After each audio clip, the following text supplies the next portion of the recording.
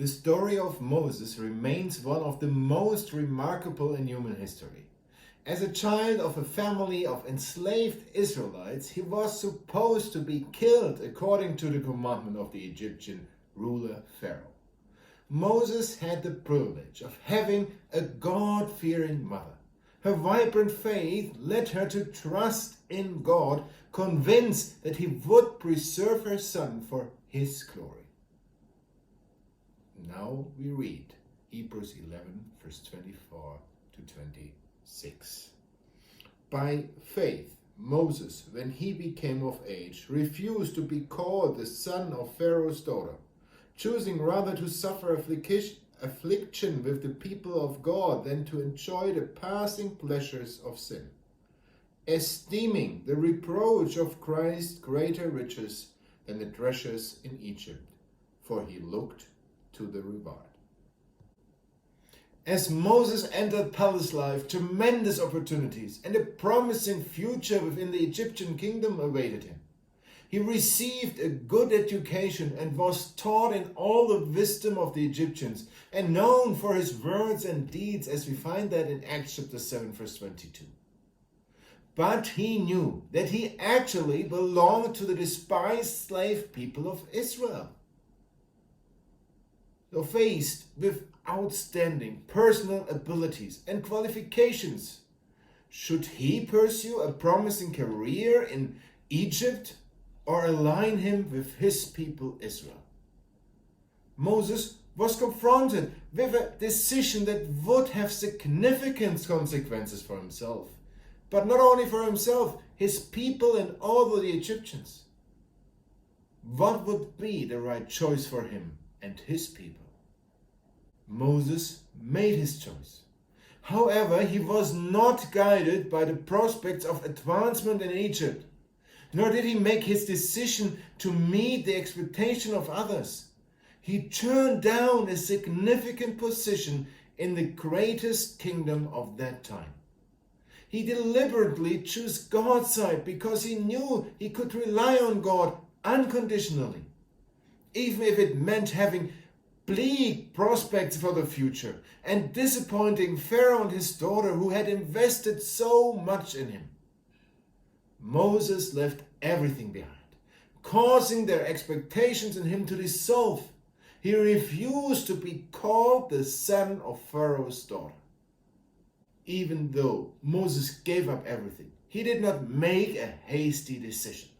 In Acts 7 verse 23 we read, when he was 40 years old, it came into his heart to visit his brethren, the children of Israel.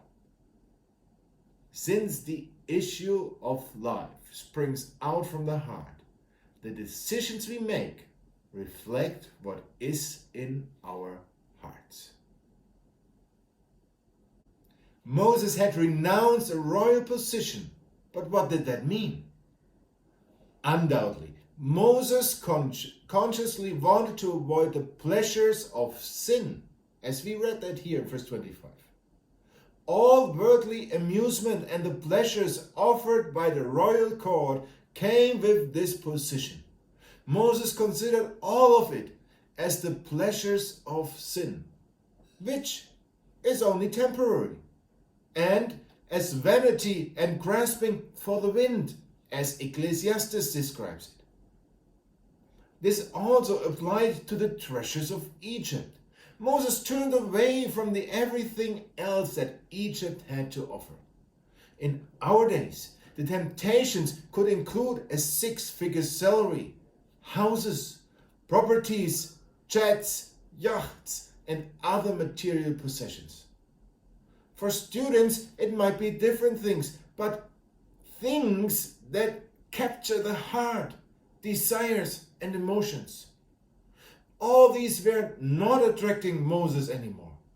His faith was captivated by something entirely different.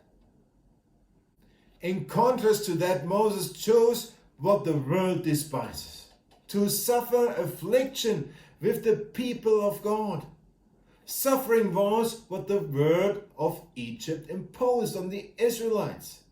only someone who has recognized the truth that the whole world lies under the sway of the wicked one, as we find that in 1 John 5 verse 19, will align themselves with the people of God.